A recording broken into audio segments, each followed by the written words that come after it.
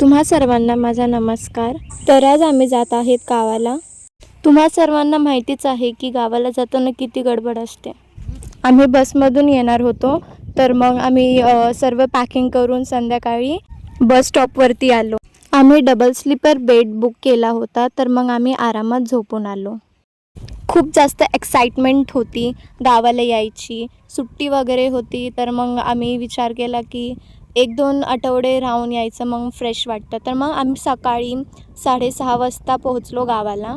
बसमधून खाली उतरल्याच माझा भाऊ प्रत्युष मातीमध्ये खेळायला लागला आणि इथे बघा सूर्य उगवला होता. खूप छान वाटत होतं.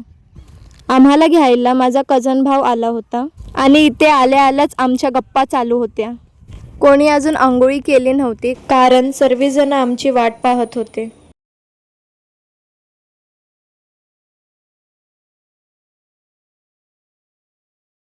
माझा भाऊ तिथे पोचल्याच गाडी घेतली आणि त्याचा गेम चालू झाला खेळायचा मातीसोबत. खूप जास्त एक्सायटेड होता तो खेळायला. त्याने मुंबईमधून 2-4 गाड्या आणलेत खेळायसाठी. मग काय सर्वजण फ्रेश झाले आणि मग इथे माझी मोठी मामी भाकरी बनवत होती. चुलीवर भाकरी बनवणे म्हणजे असं वेगळं सुख असतं आणि चुलीवरच्या जेवणाची चव एकदमच वेगळी असते. या चुलीवर चपाती खायला गरमागरम खमंग भाजलेल्या.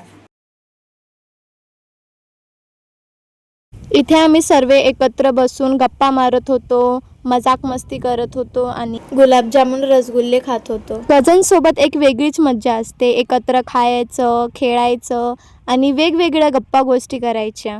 आणि कामं कशी विसरणार, ऑब्व्हियसली कामं पण आम्ही एकत्रच करतो. संध्याकाळी पण आम्ही खूप मज्जा केली. ते मी नेक्स्ट मिनी व्लॉगमध्ये टाकेल, तर तुम्ही तो नक्कीच पहा. बाय.